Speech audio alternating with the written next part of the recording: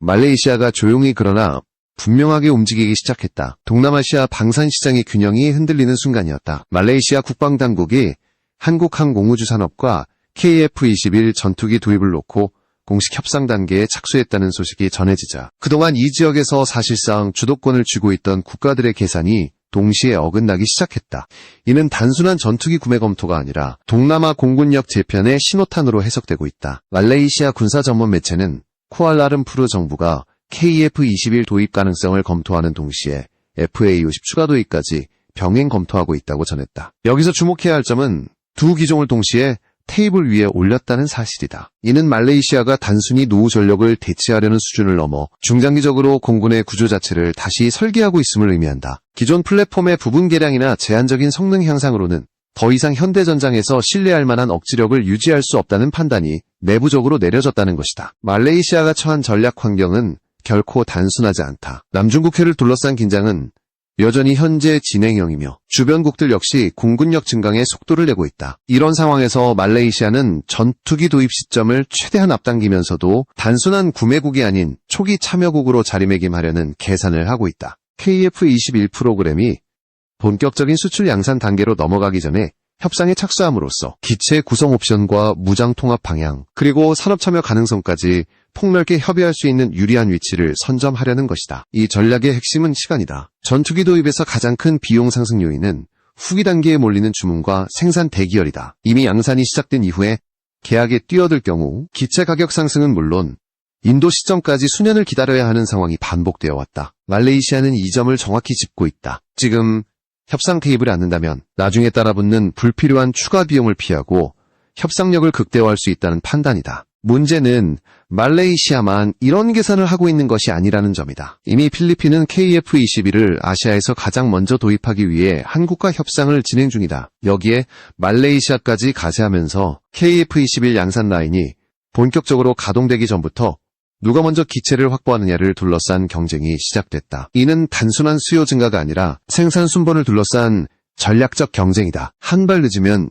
수년을 기다려야 하는 전투기 시장의 특성상 초기 계약국이 갖는 이점은 절대적이다. 이 흐름은 자연스럽게 주변국들의 신경을 곤두서게 만들고 있다. 특히 그동안 공동개발국이라는 지위를 앞세워 상대적으로 느긋한 태도를 보여왔던 국가들에게는 충격적인 신호다. 말레이시아가 보여준 움직임은 KF-21이 더 이상 미래의 가능성이 아니라 지금 당장 선택해야 할 현실적인 전력 옵션으로 자리 잡았음을 분명히 보여준다. 중요한 것은 말레이시아가 KF-21을 단순히 성능만으로 평가하고 있지 않다는 점이다. 이 전투기는 이미 시험 비행과 개발 단계를 통해 일정 수준 이상의 신뢰성을 입증했고 여기에 가격과 생산 일정이라는 현실적인 요소까지 더해졌다. 말레이시아 입장에서는 고가의 서방 전투기에 모든 예산을 쏟아붓기보다는 합리적인 비용으로 공군 전력을 질적으로 도약시킬 수 있는 선택지를 검토하는 것이 훨씬 현실적이다. 이제 질문은 하나로 압축된다. 말레이시아의 선택이 단발성 관심에 그칠 것인가? 아니면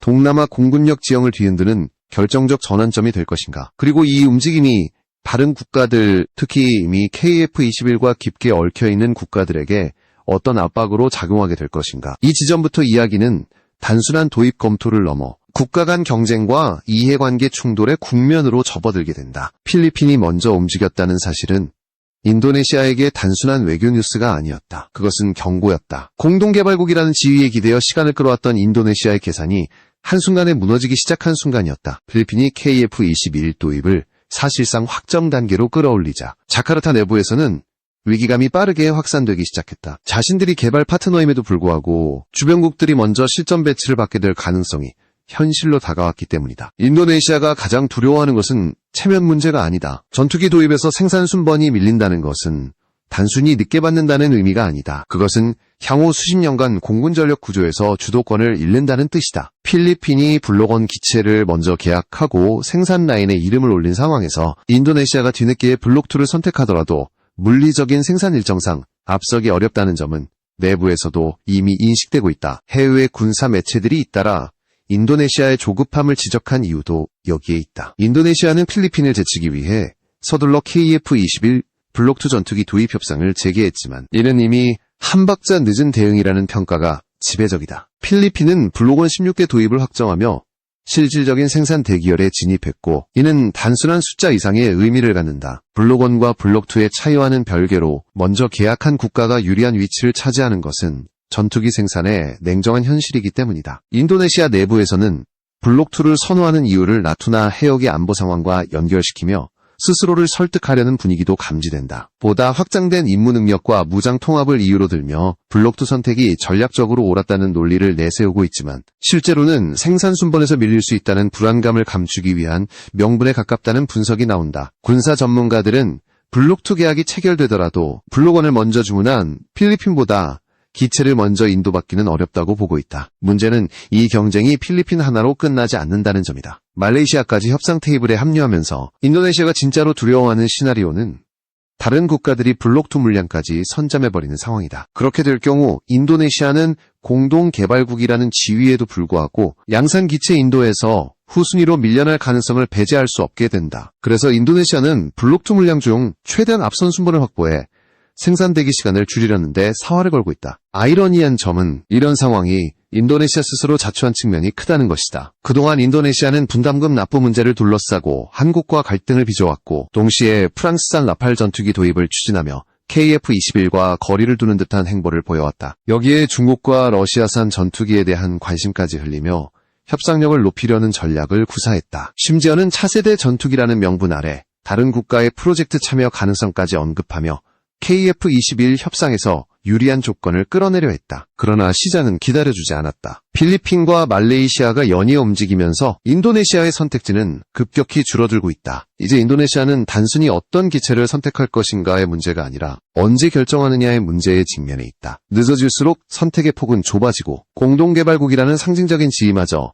실질적인 이점으로 연결되지 못할 가능성이 커지고 있다. 현재 인도네시아 내부에서 흐르는 분위기는 분명하다. 더 이상 관망할 여유는 없다는 것이다. KF-21을 둘러싼 경쟁 구도가 본격화되면서 인도네시아는 자신들이 쥐고 있다고 믿었던 카드가 이미 상당 부분 소진되었음을 깨닫고 있다. 이 긴장감은 곧 다른 선택지들에 대한 재검토로 이어지게 된다. 그리고 그 선택지의 중심에는 인도네시아가 한때 대안으로 내세웠던 또 다른 전투기 프로젝트가 자리 잡고 있다. 이 지점에서 이야기는 자연스럽게 블록 1과 블록 2라는 선택의 문제로 이동한다. 표면적으로 보면 이는 성능 차이에 대한 논쟁처럼 보이지만 실제로는 생산 일정과 전략적 우선권을 둘러싼 계산이 더 큰 비중을 차지하고 있다. 블록 1은 공대공 임무를 중심으로 한 초기 작전 능력을 갖춘 기체이며 블록 2는 공대지 임무까지 확장된 완성형에 가까운 전력으로 평가된다. 그러나 전투기 도입 경쟁에서 중요한 것은 항상 가장 강력한 사양이 아니라 가장 먼저 손에 넣을 수 있는 전력이라는 점이다. 필리핀이 블록 1을 선택한 이유도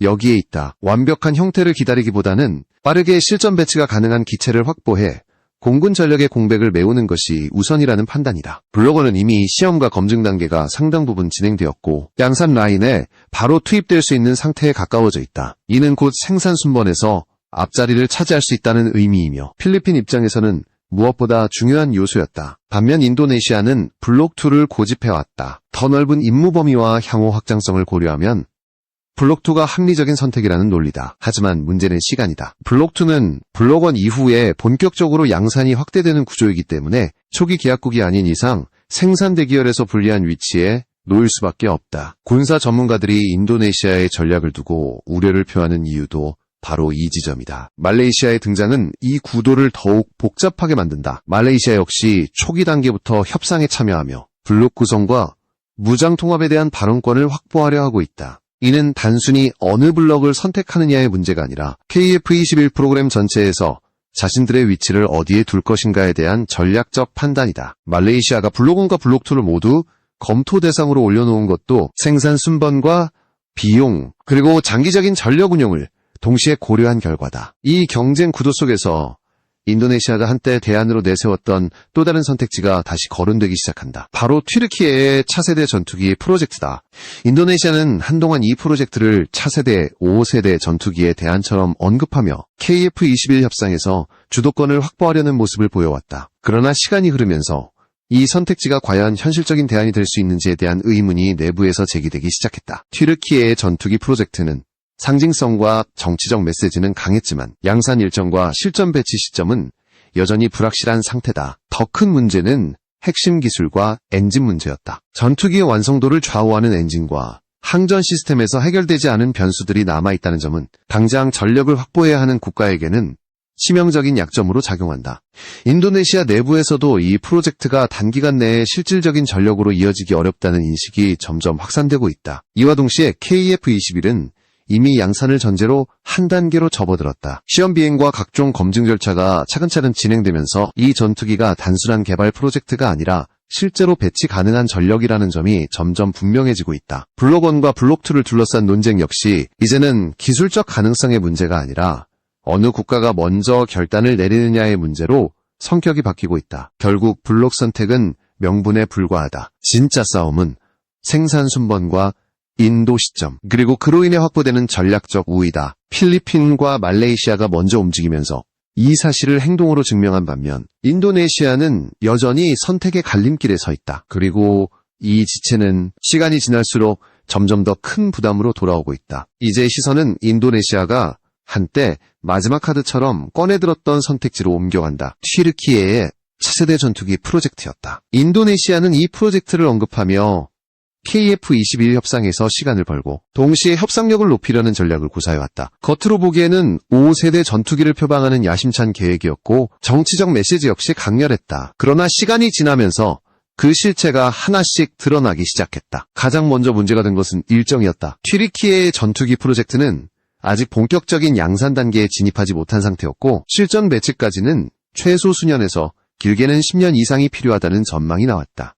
이는 당장 공군 전력 공백을 메워야 하는 인도네시아에게는 치명적인 약점이었다. 전투기 도입은 미래를 대비하는 사업이지만 동시에 현재의 안보 공백을 메우는 현실적인 수단이어야 하기 때문이다. 엔진 문제는 더욱 심각했다. 전투기의 성능과 신뢰성을 좌우하는 핵심 요소가 아직 완전히 해결되지 않았다는 점은 프로젝트 전체의 불확실성을 키우는 요인이었다. 미국산 엔진 사용 문제는 수출과 재수출 제한이라는 정치적 리스크를 동반했고 자체 개발 중인 엔진은 빠르더라도 다음 러시아배나 실전 적용이 가능하다는 전망이 지배적이었다. 이 상황은 인도네시아 내부에서 점점 불안감을 증폭시키고 있다. 여기에 더해 튀르키예가 다시 F-35 프로그램 참여 가능성을 모색하고 있다는 신호까지 포착되면서 인도네시아의 혼란은 커졌다. 만약 튀르키예가 외부 전투기 도입에 무게를 둔다면 자국 전투기 프로젝트에 투입될 자금과 집중도는 자연스럽게 분산될 수밖에 없다. 인도네시아 입장에서는 공동 참여를 통해 실질적인 전력을 확보하겠다는 기대가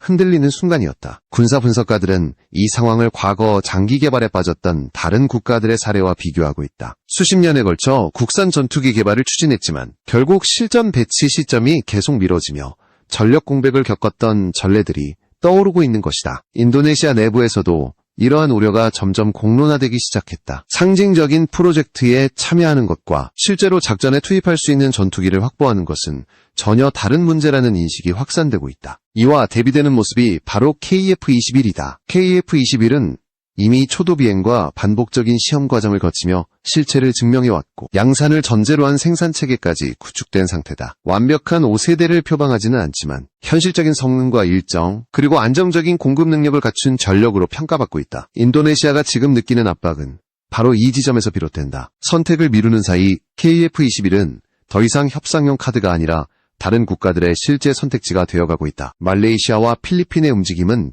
인도네시아에게 분명한 메시지를 던진다. 기다리는 자에게 기회가 돌아오는 시대는 지났다는 것이다. 전투기 시장에서는 결단의 속도가 곧 전력의 차이로 이어진다. 인도네시아가 대안으로 기대를 걸었던 프로젝트의 불확실성이 커질수록 KF-21을 놓쳤을 때의 비용은 기하급수적으로 커지고 있다. 결국 인도네시아는 냉정한 현실과 마주하게 된다. 상징과 명분을 중시한 선택이 실제 안보 환경에서 얼마나 위험한 결과를 초래할 수 있는지, 그리고 이미 양산 단계에 들어선 전투기를 외면하는 것이 어떤 전략적 손실로 이어질 수 있는지에 대한 고민이다. 이 고민은 곧 가격과 생산 능력이라는 또 다른 문제로 이어지게 된다. 그리고 그 지점에서 KF-21의 진짜 경쟁력이 본격적으로 드러나기 시작한다.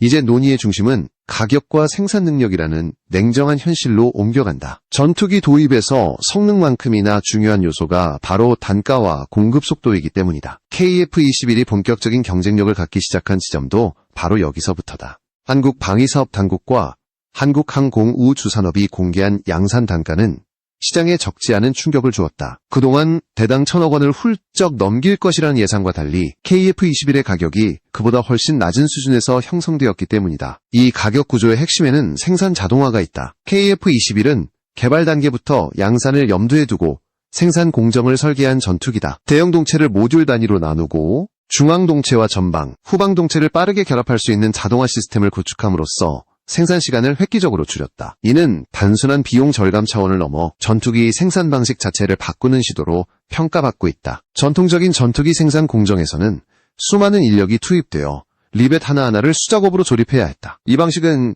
시간이 오래 걸릴 뿐만 아니라 생산량을 늘리는 데에도 명확한 한계를 갖고 있다. 반면 KF-21은 대형 부품 생산과 조립 과정에 자동화 설비를 적극적으로 도입해 수작업 비중을 크게 줄였다. 특히 중앙동체 조립 공정의 자동화는 생산 효율을 비약적으로 끌어올리는 결정적인 요소로 작용하고 있다. 이러한 생산체계 덕분에 KF-21은 월 단위 생산량에서도 경쟁 기종들을 압도할 가능성이 제기되고 있다. 유럽의 대표적인 전투기들이 한 달에 2-3대를 생산하는 데 그치는 반면 KF-21은 본격적인 양산체제에 돌입할 경우 한 달에 5대 이상을 안정적으로 생산할 수 있을 것이라는 전망이 나온다. 이는 단순한 숫자의 문제가 아니다. 전투기 시장에서 빠른 공급 능력은 곧 신뢰로 이어지며 수출 경쟁력의 핵심 요소로 작용한다. 가격 경쟁력 역시 무시할 수 없는 수준이다. KF-21은 쌍발 엔진 구조와 스텔스 설계를 적용했음에도 불구하고 단발 엔진 전투기들과 비슷하거나 더 낮은 가격대를 형성하고 있다. 이는 기존 전투기 시장의 상식을 뒤흔드는 요소다. 고가의 전투기를 소수 도입하는 대신 합리적인 가격으로 충분한 물량을 확보하려는 국가들에게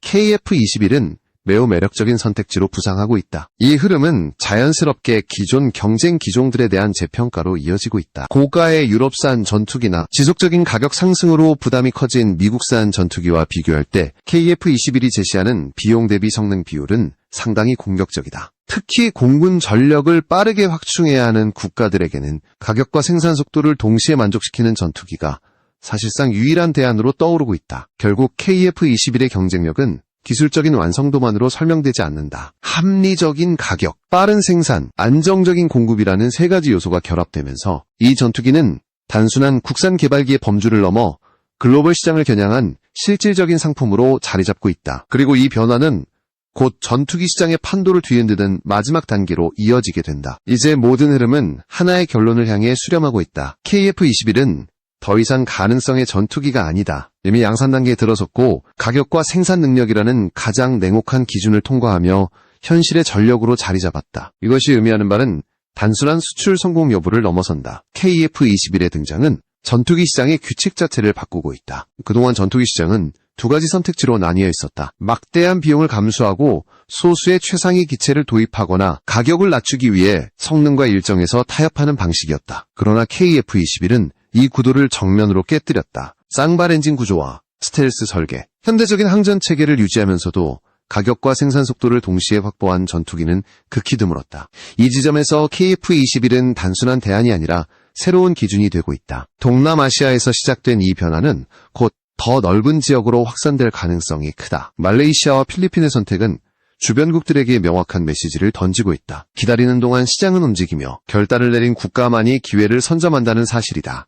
인도네시아가 느끼는 압박 역시 이 맥락에서 이해할 수 있다. 공동개발국이라는 상징적인 지위보다 실제로 언제 기체를 받을 수 있는지가 훨씬 중요해진 시대가 도래한 것이다. KF-21이 가진 또 하나의 의미는 산업적인 측면이다. 전투기를 설계하고 생산하며 동시에 가격을 통제할 수 있는 능력은 단기간에 축적될 수 있는 것이 아니다. 이는 오랜 시간 축적된 기술과 생산 인프라 그리고 실패를 감수한 투자 위에서만 가능하다. KF-21은 그 결과물이자 앞으로 이어질 후속 전력 개발의 출발점이 된다. 이 변화는 기존 강자들에게도 결코 가볍지 않은 압박으로 작용한다. 생산 속도가 느리고 가격이 지속적으로 상승하는 전투기들은 성능이 아무리 뛰어나더라도 선택지에서 점점 밀려날 수밖에 없다. 전투기 시장에서 중요한 것은 최첨단이라는 수식어가 아니라 실제로 얼마나 빠르게 전력을 구축할 수 있는지라는 점이 다시 한번 확인되고 있다. 결국 KF-21을 둘러싼 경쟁은 한 기종의 성공 여부를 넘어 미래 공군력의 방향성을 보여주는 사례가 된다. 기술적 완성도와 현실적인 공급 능력을 동시에 갖춘 전투기가 주류가 되는 흐름은 이미 시작되었다. 이 흐름 속에서 누가 먼저 결단을 내렸는지, 누가 망설였는지는